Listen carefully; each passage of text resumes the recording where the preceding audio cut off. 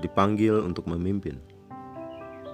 Karena itu pergilah, jadikanlah semua bangsa muridku dan baptislah mereka dalam nama Bapa dan Anak dan Roh Kudus, dan ajarlah mereka melakukan segala sesuatu yang telah kuperintahkan kepadamu.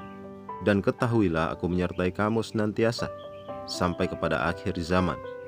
Matius 28 ayat 19 sampai 20.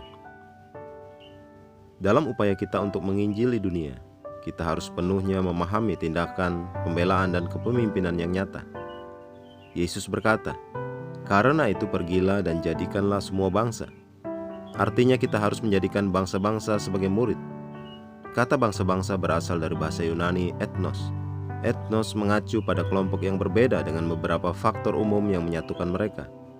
Misalnya sebuah keluarga, sekelompok politisi, asosiasi dokter, dan lain-lain. Jadi ketika Yesus menggunakan istilah bangsa-bangsa, engkau bisa menafsirkannya sebagai negara, keluarga, kelompok, badan profesional, dan sebagainya. Tuhan memerintahkan agar kita pergi ke semua tempat seperti itu dan memimpin. Ingatlah, Dia berkata dalam Matius 5 ayat 14, "Kamu adalah terang dunia.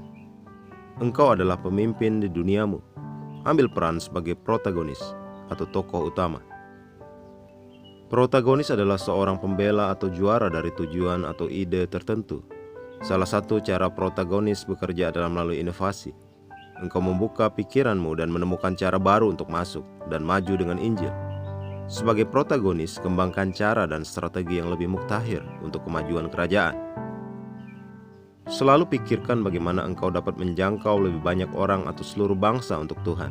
Kemudian datanglah oleh Roh dengan ide-ide inovatif untuk mencapainya. Ingat, engkau adalah suara Tuhan di mana engkau berada.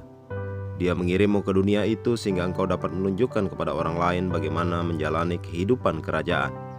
Engkau berada di sana untuk membuat perbedaan. Ciptakan peluang baru untuk penyebaran Injil. Mari kita berdoa. Bapa terkasih, pikiranku penuh dengan ide-ide dan strategi supranatural untuk memajukan Injil sampai ke ujung bumi. Aku berdoa untuk pintu yang terbuka dan efektif untuk perluasan dan peningkatan pengaruh Injil di etnos yang berbeda. Aku mendeklarasikan kebenaran-Mu akan terus mendominasi dan menguasai di bumi sampai kedatangan Tuhan. Dalam nama Yesus. Amin.